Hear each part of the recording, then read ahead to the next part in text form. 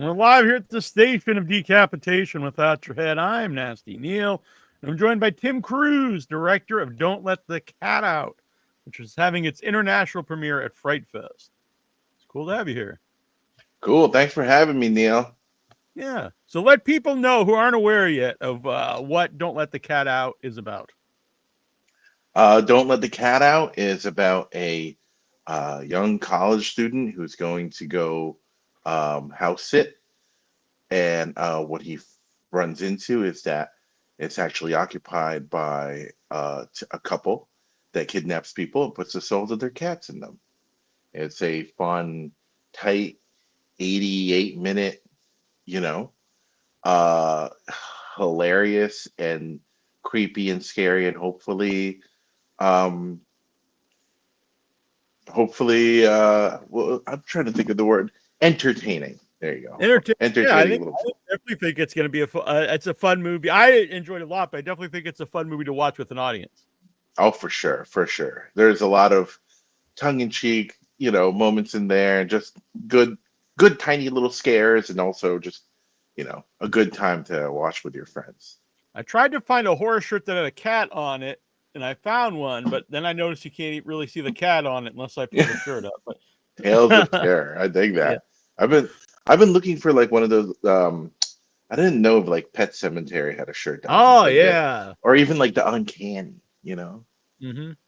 the one I That's a really good one wanted, though. the one I really wanted was the House, the Japanese film with Hmm. the Oh, I know exactly. Yeah, I actually saw that as a midnight movie at Coolidge Corner. It's a theater up in Boston. yeah, yeah, that that movie derails me every time I watch it. Yeah, I had not seen it. Most of the people there had seen it many times, and they're like, "Oh, you've never seen it." I was like, and so watching it for the first time, it was probably like 5 years ago as a midnight movie. I was like, "Oh, this is yeah." It was That's a quite the good time. experience. Yeah, I Hell yeah. 100% agree. What were the inspirations for your movie? Uh, well, I'm just two of those films that I mentioned. But the script actually originally came from Anthony Del Negro, who also stars in the film and one of our producers. So the original inspiration for it was that he actually had to go house sit um, someone's home, and uh, when he got there, there was a list of instructions about a cat, and it's strange because they never actually had a conversation about this. And so he meticulously followed the lists of everything, or followed everything on the Good list. thing. Yeah. And but he never saw the cat. And so he had this entire, he just thought about it all night. And then after he left, he's like, that was weird. I don't think a cat lived there. And so from there, he started creating this story. And I think eventually he passed the ball to me after I read it.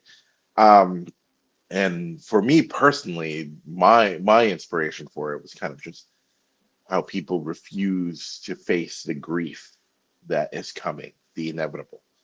And so that was my contribution. And eventually, we got and it was written around this home in Old Louisville, which is this incredible kind of like section of the city that has the most preserved Victorian mansions, and it literally, Neil, is a house of haunted, or a street of haunted houses.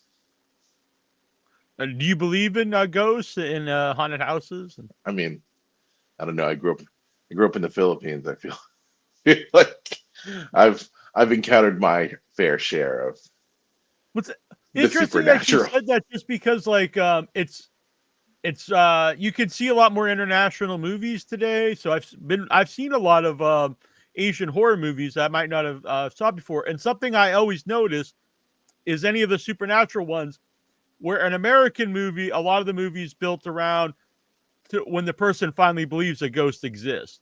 Where in the Yes. Asian movies, it's pretty much that's already given that they believe Yeah. ghosts and spirits exist. So they don't even really spend time on that. It's just No, no, it's almost it's almost accepted that it's like they're like, oh yeah, yeah, that place is haunted. Yeah, that makes sense. I mean, wherever you land in the large swath of Asian cinema, it's, I think a lot of people still hold on to kind of like that culture and the folklore of gosh, I when I was a little kid, my grandma, in order to get me to do shit, would like scare the crap out of me.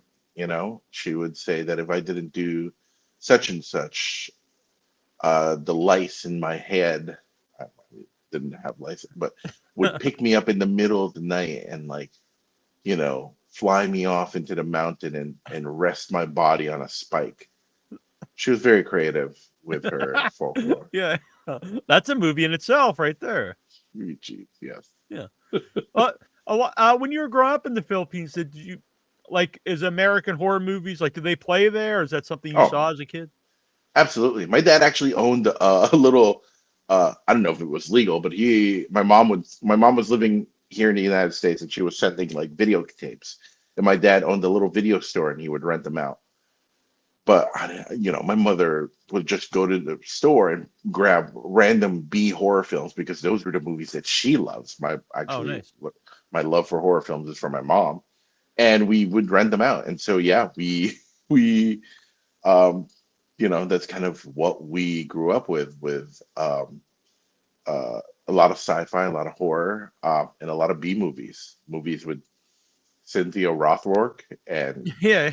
Steven Seagal. Although Mhm. it's a B movie now, but I don't know. But That's horror true. films I like think yeah, a lot of the Seagal movies were kind of A-list movies, but some of them not so much. but yeah. So and American horror was always huge. I mean, Nightmare on Elm Street was um a big draw, at least from what I remember. And it was straight. It was funny because it's like it was a very Catholic country, and so there was a lot of the nudity, I guess, or a lot of the ultra violent kills would be censored, and so as a kid, you sought out the uncensored versions of those movies. Yeah. Here's Anyway, similar in America, but they seem to care more about the nudity and not so much about the violence. I think in America, yeah, they're like, yeah, which is that's fine. Yeah. Does your mom ever watch your current movies? yes, yeah. She tells me she enjoys them a lot. And my mom's like she's a nurse, so she's very used to the gore and it's funny because it's like I would she would tell me it was like, oh, it's funny, when that woman got killed, and I was like, Mom, just don't say it's funny. Especially around other people. Yeah, especially Yeah. around other people, but So you mentioned Anthony, your writing partner, and I noticed you guys worked on other stuff together before. How did that come about? Where did you meet him? So I've actually known Anthony since he was in high school. I saw a performance of him on stage, um, and we ran into each other. And he was friends with my sister. Fast forward to like years later, we reconnected here in Los Angeles, and um, I helped him put a reel together, and he was just getting into acting, and I'd already at that point been directing commercials and music videos. And then like 2018, he had reached out and said that, hey, I actually started producing. And I think I found a movie that would be good for you to direct. And we got to working on that thriller together called Secrets at the Lake, and which was pretty much a very lifetimey version of I Know What You Did Last Summer.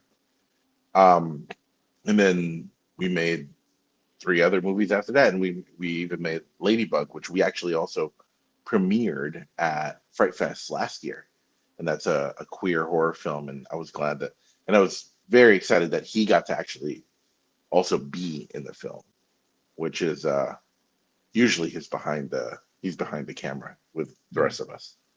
Are you both going to be in attendance for Fright Fest this year? I will be there. Unfortunately, Anthony won't be able to make it. He booked a role in a film that's shooting in New York, Oh, well, and I congratulations on believe, that. yeah, super excited for him. And it's but we're all going to be there, and I believe his family is going to be there too. So unfortunately, he won't. But Serena is coming, Jordan, Eddie, the rest of the cast, Brittany, our cat. I was actually gonna ask you about the actual cat, so I'm glad the cat will make it to the Sorry. The Brittany, the actress. okay, Piper, Hazel, Piper the okay, cat okay, is. all I right, think Piper is busy. You know, all right, all right, Piper is yeah. the real cat from Georgia Animal Wranglers. Okay, so And Hazel, all right, Hazel, yeah. yes. So Fright Fest is obviously a huge festival. When you had your premiere, your first movie premiere, or not your first movie, but when you had your movie premiere there beforehand, what was the experience like, and what was the feeling like going in? You know, not only is it watching the movie with an audience for the first time, but also at one of the biggest genre festivals. It was insane. Fright Fest is. Nobody really warns you how I don't want to say intimidating, but it was like intimidating and surprising. It was the biggest theater I've ever screened anything in. Mm-hmm. But I'm glad that I actually got to be on stage the day before. My friend and neighbor Simon Barrett, who he did The Guest and Oh VHS yeah. and those films, and he actually also had a film showing there last year called Azrael, and I got to introduce the film for him, and so I got a little bit of practice. That is a huge room of horror fans. And so I'm glad I got to rip the band-aid off with that experience so that the following day for our film, I was a little bit more relaxed, but I was still nervous as hell. Um, I'm not very much of a public speaker. And but I think it's a great audience. They're an enthusiastic, amazing group of horror aficionados, and it was such an honor to just be able to you know, get to share our movie with them. Yeah, just so I don't want to make this about me, but my first feature film premiered at Fright Fest, and Yeah, it's very and I still don't know what to think until you're sitting there, and then you start to get like your first laugh, and then I was like, yeah, oh, people. I was worried, like, are people even know what's going on? They're not going to get this yeah, movie, like, yeah. It's a big room. It is wild. It is, and then when they go with it, it's you can really exhale and take because it's like I understand where you're coming from. It's like, ooh, is that joke gonna work? Is that gonna make sense? You know? Yeah, because by the time you're at the festival, you've seen the movie like so many times, and it's Oh, hard to even see it as a movie anymore. You're just like, now yeah. it's up to other people what they think. Absolutely. And it was nerve-wracking. We got to premiere Don't Let the Cat Out at Panic Fest in Kansas City, which is Hmm. and we had like the late night billing, and it was the first time I've ever seen the movie with a crowd. And it was, up until that first joke, I was like, "Oh, are they gonna get it?" It's like one of those things, right? Because it's like these two this is a horror comedy. Hmm. But the thing is, I feel like the first joke beat doesn't really apply till a few minutes into the film, and so in those instances, it's almost like you wish you opened the movie with the jokes so that people give themselves permission to laugh at things, and sometimes I feel like people are a little shy of like, oh, was that supposed to be funny? Was that, you know what I mean? And it's like Yeah. it's not a slapstick type of comedy, but it is very, very absurd. And I believe that I think the jokes landed, and I think people gave themselves permission to laugh. And if anything, from what I remember, Fright Fest is very much that audience, and they go along for the ride, and it's again a great deal of fun to get to watch and experience a movie with them. How was Panic Fest? Because I didn't get to attend Panic Fest. We did screen there, but as you know, it's a lot to travel to every festival with your movie. Oh yeah, especially it's on when it's on your own dime, Yeah, yeah. Um, Panic Fest is so fun. It is so it's like at this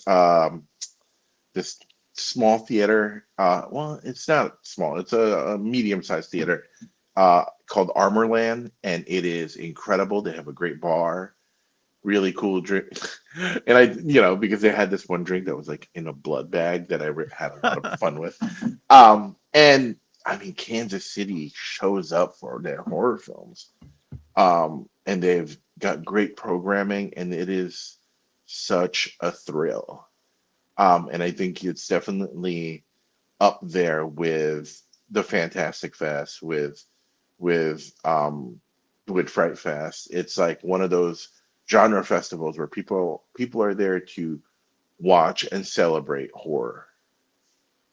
When you were you mentioned a lot of the cast earlier. When you're thinking of the people, had you worked with any of the cast before, and did any of them come into mind while you're putting the movie together when you're writing it? I'd not worked with anybody in the cast except Anthony, clearly before, but Anthony had worked with Serena and Jordan, in fact, and Eddie. And Brittany, it was the first time we worked with her, and first time I worked with Sterling. But Anthony, I believe, wrote Evelyn's part with Serena Vincent in mind. And from there, it was a lot of being able to find the right blend of actors, and yeah, it was just, we're glad everybody signed on, and we got to do this because we shot it over 16 nights in Louisville, and it's pretty grueling, as you know, to just churn through that. And we're shooting in like basements. We were shooting in a cave, um, out in the woods, and it's like, gosh, that night when we shot in the woods was the first time the temperature had dropped like 20, 30 degrees, and nobody was prepared for how cold it was. Brutal. Nerdy UK. Fright Fest is absolutely the vibe for a horror, comedy horror. Yeah, I'd agree. I think honestly, those are the two kind of movies that play well with audiences anyway. Horror and a comedy, because you can interact, in the crowd without like being like rude. I think so. Yeah, absolutely. And I'm a nervous laugher. Yeah. Like I mean, Weapons is, in my opinion, a horror comedy, and I was there and I was cracking up. Um, and unfortunately, sometimes though, it's like I laugh a little too hard, and I think it makes people nervous, especially when Uh-huh. it's like super violent. But that's how I deal with getting scared, is I laugh. So Yeah, it's fun. I've been to so my friend and I went to Thanksgiving. We came out a few yeah, years ago, yeah, and we laughed so much the whole movie, and no one else did. And I just thought, well, and it was really crowded, and so we yeah. felt kind of weird like after a while. But I was like, I do they know. not think this is funny? Or Again, it's sometimes it's like people don't know if we should be laughing at someone getting yeah, killed, but it's when it's absurd, it's just go for it. That's a good kill, could be a funny kill. yeah. I experienced like that actually. I watched The Human Centipede 2 at Oh home. my, And then I watch it. I watch it at a convention with and everyone's laughing. It's like, oh, yeah. okay, it's okay. By myself, I was like, am I supposed to find this funny, or am I insane, or what's happening here, or both? I don't know.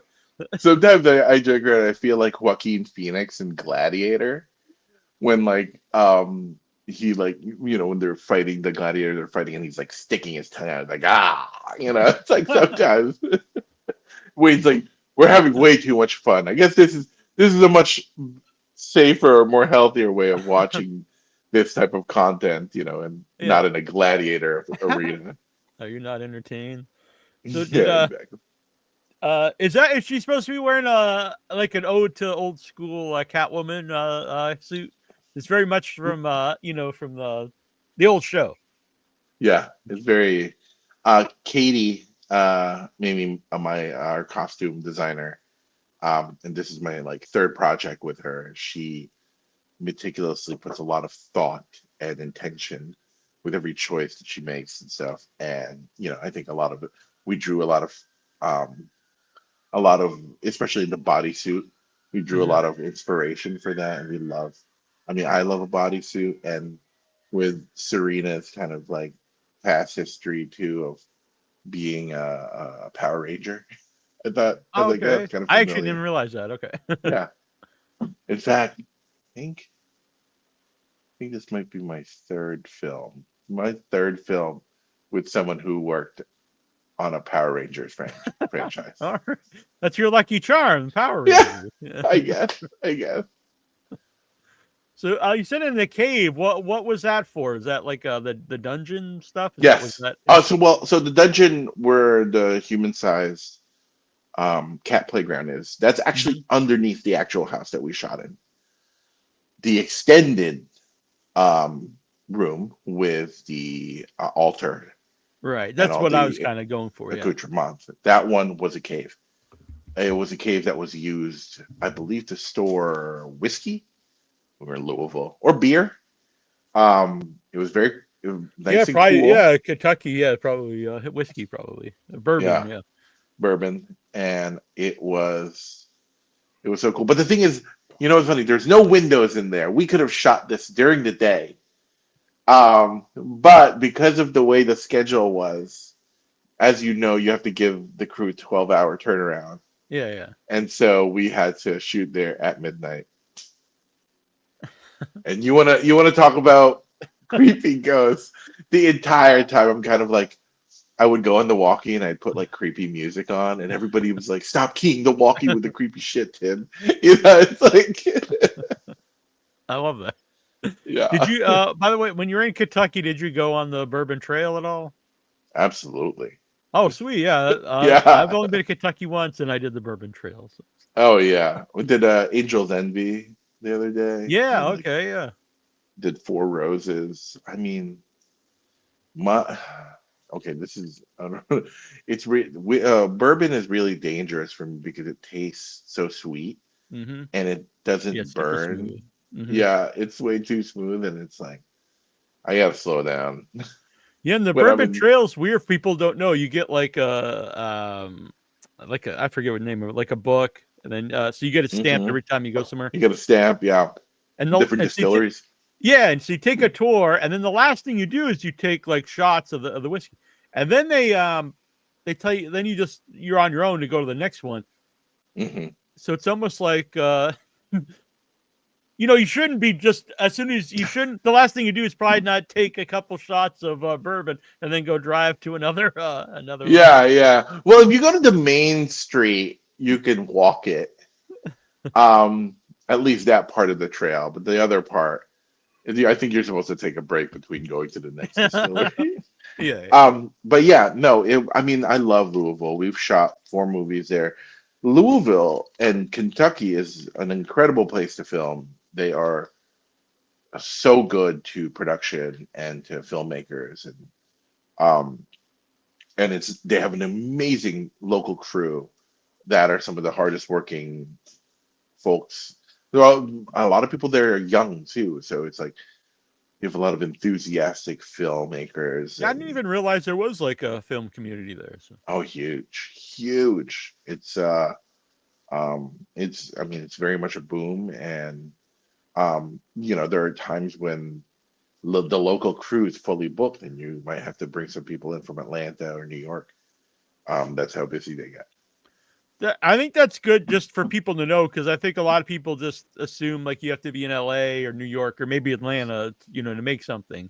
But there are film communities everywhere, and then Yeah. and some are bigger than others. And I didn't even know about Louisville.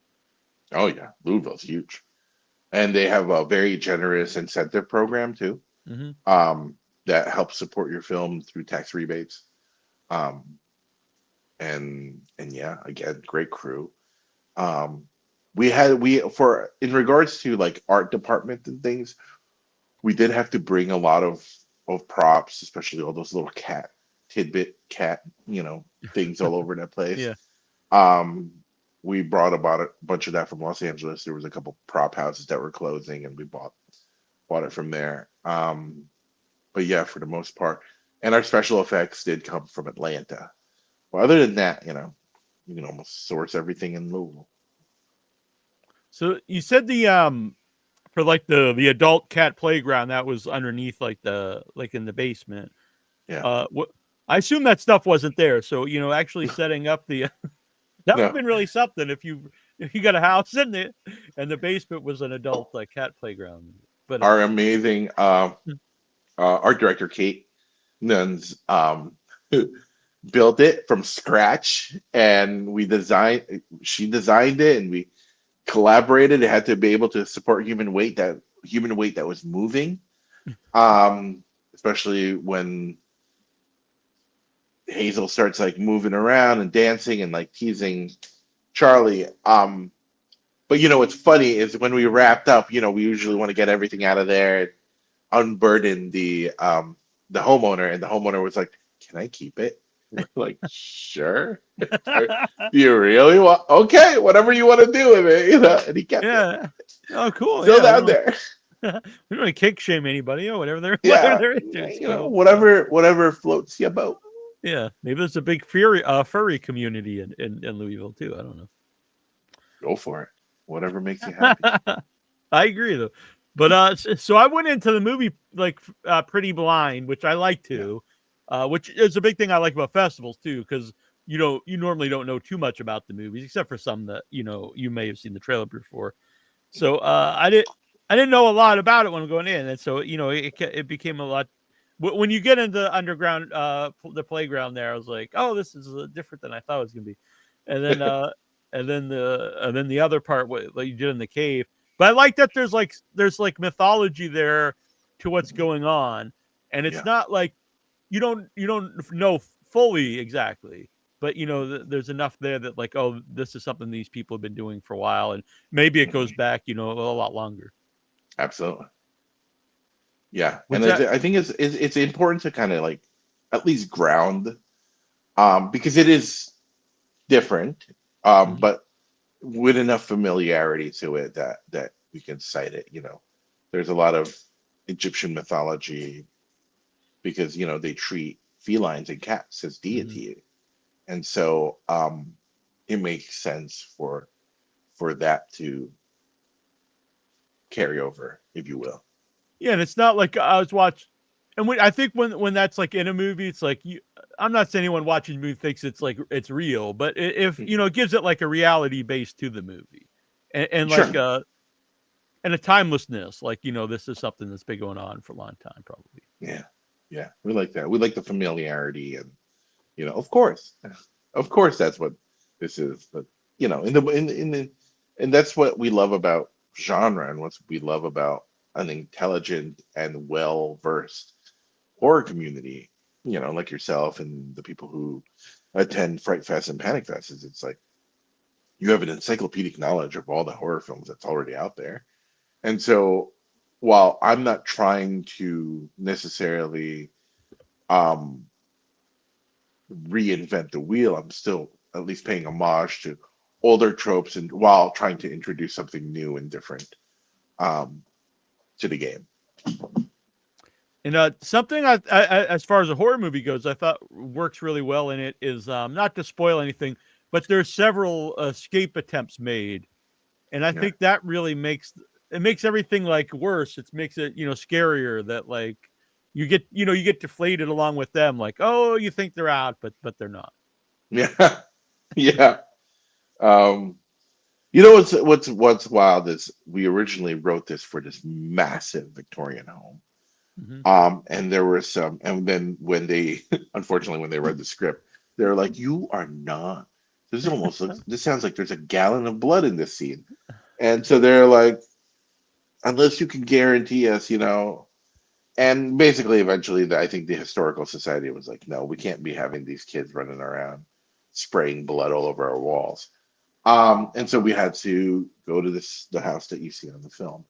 But one of the complications was that there's a series of chases in a larger home that we had to kind of like rewrite and adapt for the situation we were in. But luckily, it was large and diverse enough so that we could pull off a lot of it. But it's like, again, it also goes into the tropes of cats and traps and playing dead, and you know even just a little bit of a home alone kind of Yeah. obstacle course. So are you a cat person? I mean, yes, I'm an animal person. I have a dachshund right now. who I'm pretty sure was a cat in one life. And I grew up with. Ooh, Hey, wow. As soon as I. Okay, okay. like I was I just went in kidding. on this too. Oh yeah, he's like, no, no, none of this cat Yeah, business yeah, going on. yeah. She's like, no cats yet. But I grew up. Lumpia, Lumpia, please stop. Thank you. Okay, you made your point. Um, sorry. It's all right. Okay. Shh.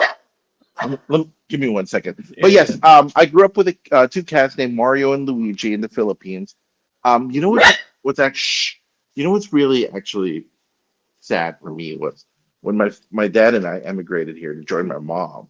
We had to like leave them Oh. with family, leave them behind, Mhm. and I just remember it was so devastating. Yeah. It took me a while to get over that. But I think, for me, that is like one of the things. It's like you love someone or something so much that if you had the choice and the chance to hold on a little longer, to spend a little more time, I think you would, despite the fact that doing so would destroy other lives around you. Hmm. And I think for me in Don't Let the Cat Out, I wanted to convey a sympathetic lens to some of the things that would make someone a villain. You know? Hmm. Yeah, Yeah, I always think the best villains are people who are doing something that in their minds, right, or that there's a absolutely, reason for it. And absolutely.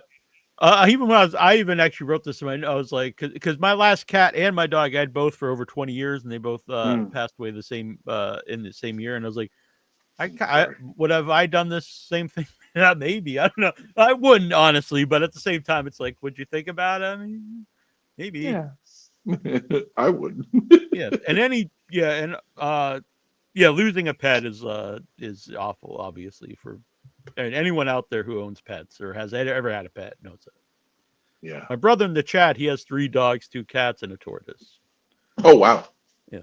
It's funny that tortoise is gonna outlive all of them. Yeah, he had to will it to someone when they got it because Yeah. it's gonna live to I don't know 200 years, 150 years. And I was thinking Yeah. they'll probably have to will it to somebody too. Like Wow. it'll be like 3 generations of Incredible. Incredible. It's yeah, like they move slow and time moves slow for them. yeah. What was the dog's name? Sorry. This is lumpia. Hello. Lumpia is a Filipino egg roll Oh, okay. because she's long and crispy. It's also the same color, but she was on the set of Don't Let the Cat Out and just made herself at home. And but she had to stay at the hotel when the actual cats would arrive because what's funny is she likes interacting with cats, but cats kind of beat her up and bully her. So Oh, she, what's the?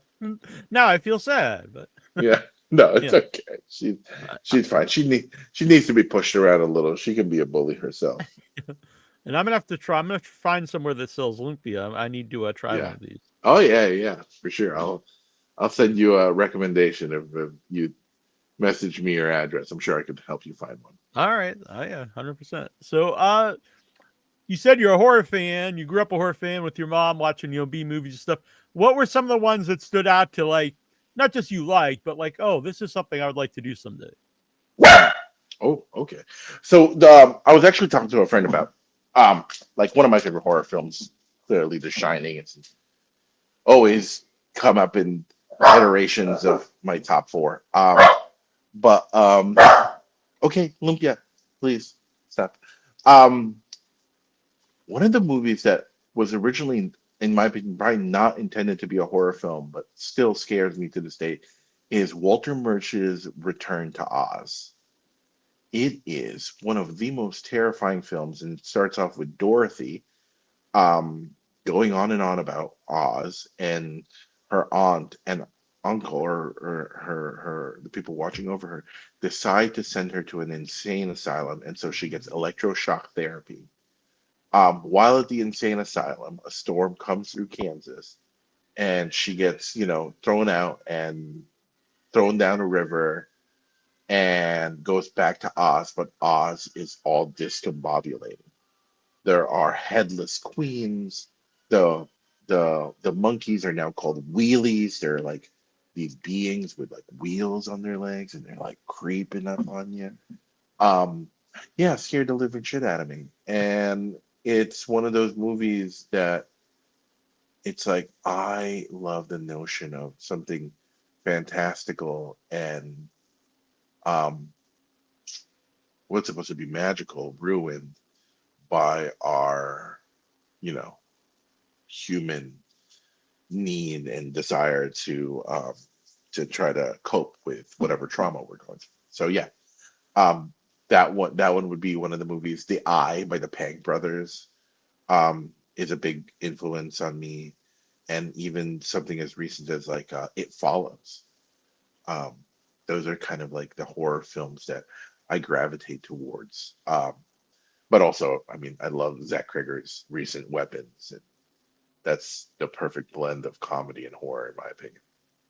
Yeah, people are really. This has been a really good year for horror all around. Honestly, Yeah, Best we're Singer. eating well. Yeah, yeah. We do a top 13 every year, and we all choose our top 13. And there's been years where I'm like really struggling to find like a few extra ones, Yeah. But this year it's going to be hard to narrow them down, especially and especially to put them in order. Oh, absolutely, absolutely.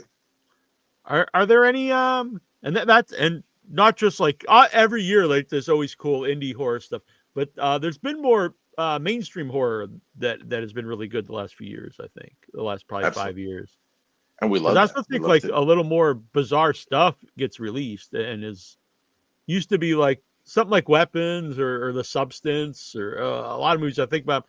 Like that wouldn't have been like a more mainstream movie like years ago. It would have just Yeah, been like a weird, festival movie. I agree. I mean, it helped that they were able to afford all those incredible Mhm. actors Yeah. and Well, yeah, I don't know if cast. they'll. Yeah, I don't know if like a lot of people would have, bigger actors would have like been in a movie like The Substance, like 20 years ago. Yeah, you're right. Oh gosh, I saw The Substance last year at Frightfest. Hmm. Um, it was and it was great watching a horror crowd squirm. Um, as the movie unfolded, and it's so wonderful what that movie was able to accomplish, and I think it's great that films like The Substance and even Weapons are encouraging studios to be like, maybe we spend a little bit more money on original genre films. I think there is a significant amount of fatigue with the franchise superhero films, and let's divvy up the budgets Yeah. and And try to. I think movies in their budget range, are the ones that people go see. Mhm. Because mostly like a drama that costs like 10 million or whatever. Unless there's like a big star in it, it's like it's not necessarily something people go to see in the theater. But I go to the theater a lot, and horror stuff like does well. It's what key and they for even the AMC near me like plays a lot of weird indie stuff. Yeah, I think they know that there's an audience for it. What do they call it? Like Chills or something? The Yeah, series of Chills and horror films. Thrills or something. Yeah, Chills yeah. I and went to see Thrills. Jimmy and Stiggs last night. The Oh, great! The Eli Roth. yeah produced Oh, I want to check that out. I should yeah, check that out. and they include a little documentary at the end. It's like 10 minutes or 5 minutes, whatever. But it's Eli and Joe Begos who made it, and Yeah, because the guy made it like over 4 years in his apartment. He made his apartment like it's still like covered in all this goo and stuff. And I yeah, was I like, heard this about really made that. me appreciate the movie more. And I was just like, it was just cool that it even played at the theater, at a regular Absolutely, theater, not like an art house theater. It was at the AMC. absolutely. And it's the one thing I've realized too that's very difficult, I guess, with indie horror films is the advertising. Hmm. you know, getting the word out is so hard. And that's what I love about these festivals like Fright Fest and Panic Fest is that you expose a film to an audience, and that audience is the early adopters and um, the evangelists for your film. They are the ones who talk about it in blogs and in message boards and discords and Reddit. And it's it is truly the community that makes a movie do well. Um, Mhm. Movies like Weapons clearly has a studio budget behind them. You know, they're spending 30 mil on a movie. They want their money back.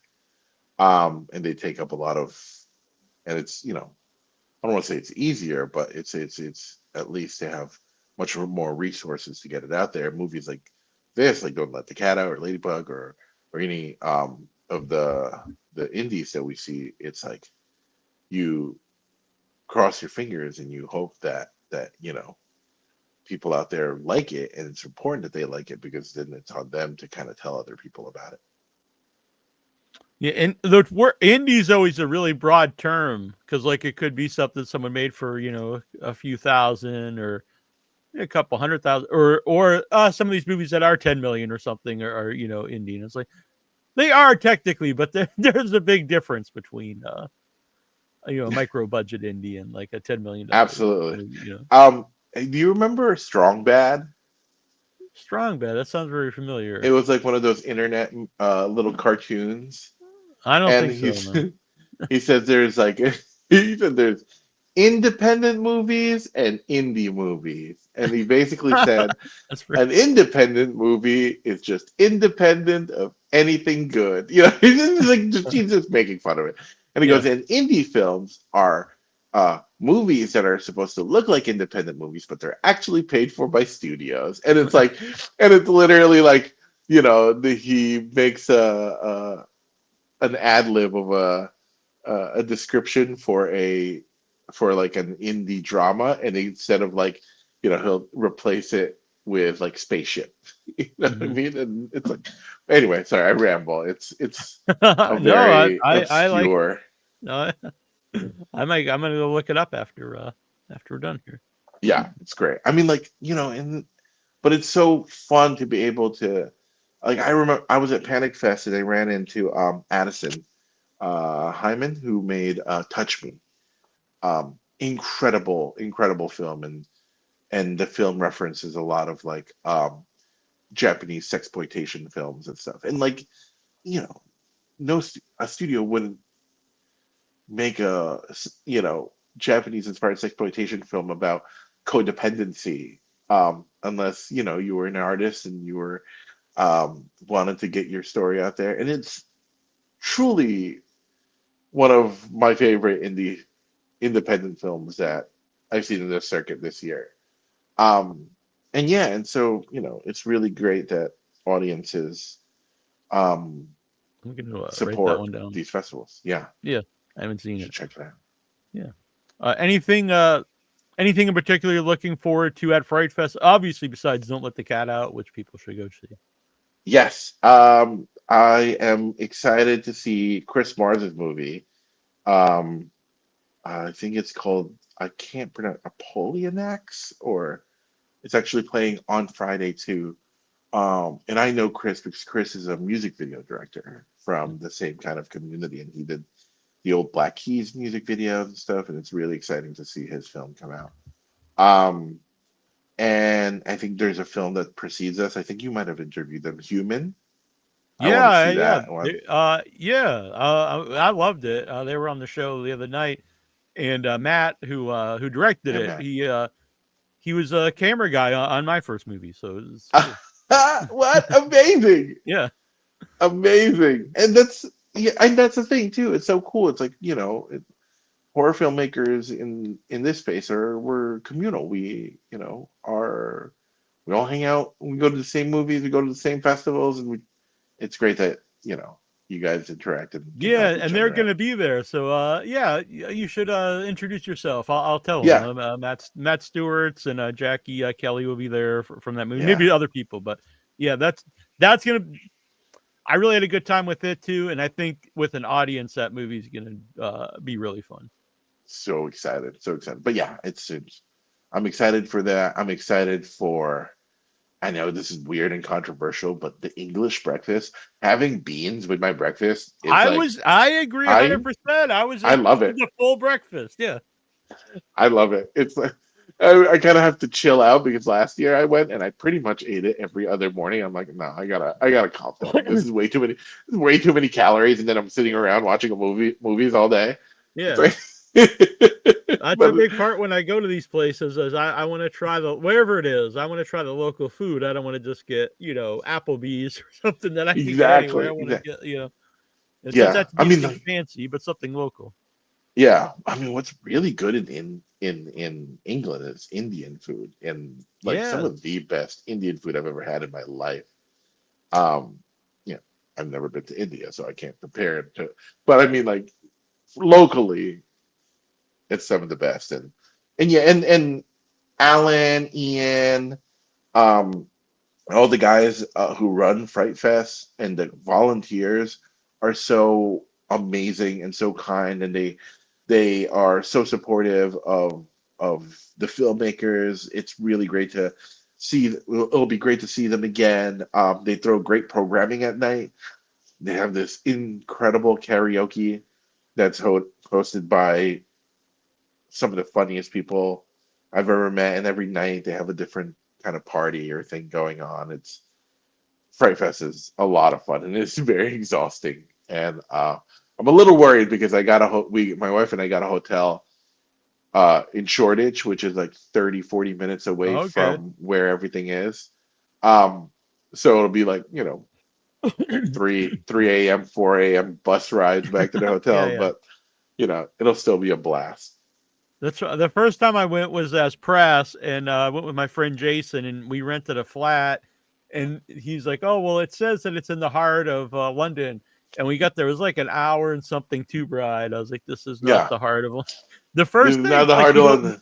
don't, the first day you don't mind so much, but then when you're there a while, like 2 or 3 a.m., it's like, "Oh yeah, now I got to get on the tube and Yep. travel an Well, hour the home." tube closes at 2 a.m. Yeah. It's Oh yeah, that's so right. you Because you got to take we the had bus. yeah we took the double deck bus. Yeah. Yeah, And then but I it's said so this. much fun. Yeah, I had a great time. Yeah, the last time I went with the movie was I made sure to get a hotel that was like it was literally like a minute walk right around the corner. I was like, Yeah, this yeah, is the way to it's go. worth it. It's Yeah. worth it to get the hotel. And if you're making your your world premiere there too, they will get you a hotel. The, the festival will, and Hmm. it was great, very generous. But you're right in the middle of all the action. Yeah, yeah, and it's a great area. And go and enjoy all of London. I tell, and I agree. The food, I think the food's great in London. People told me the food's bad and it's Yeah, expensive, and no.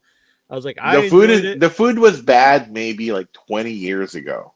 Right, right. It is we live in a global world of cuisine now, and the food is incredible. Even like the standard, you know, London fare is good now. Yeah, yeah, fish. Yeah, I first time I went, I got fish and chips and shepherd's Yeah. pie and all the English stuff, and I enjoy myself. And I'm glad that you enjoy the. Some people just go and all you see is the hotel and the theater, but it's fun to wherever you're going to see Oh all that. yeah, man. The Jack the Ripper tour is so fun. A lot of weird haunted stuff. Okay. So I want people to go, obviously, to Fright Fest. But if you're not at Fright Fest, where will Don't Let the Cat Out go from here? Well, hopefully we get find the distributor. Hmm. We're still going out there. We want people to be able to see this as much as we can, as much legs. Yeah, I know that we just got into Halloween International Film Festival, and we're still waiting to hear back from a couple film festivals too, as we're making the rounds in the circuit. Hey, shh, I'm sorry about that. No, But yeah, just find us on our IG, which is Don't Let the Cat Out Movie. And we'll keep our friends updated there. And yeah, if you're at Fright Fest, come say hello. I have a pin or a poster for you. Oh, sweet. All right, sounds good. Well, it was great meeting you. I really enjoyed the movie, and I'd love to Same have you here, back Neil. anytime. You're very fun on Yeah, the man. show. Yeah. Thank you so much for having me. And hey, if you're in LA, hit me up. Let's go grab a pint or a cup of tea. All right, sounds good. I will keep you to that. Sounds good. All right, I'll talk to you soon. Thank you. Talk soon. Thank you. Bye. Bye. I'm gonna play us out with the Tomb of Nick Cage.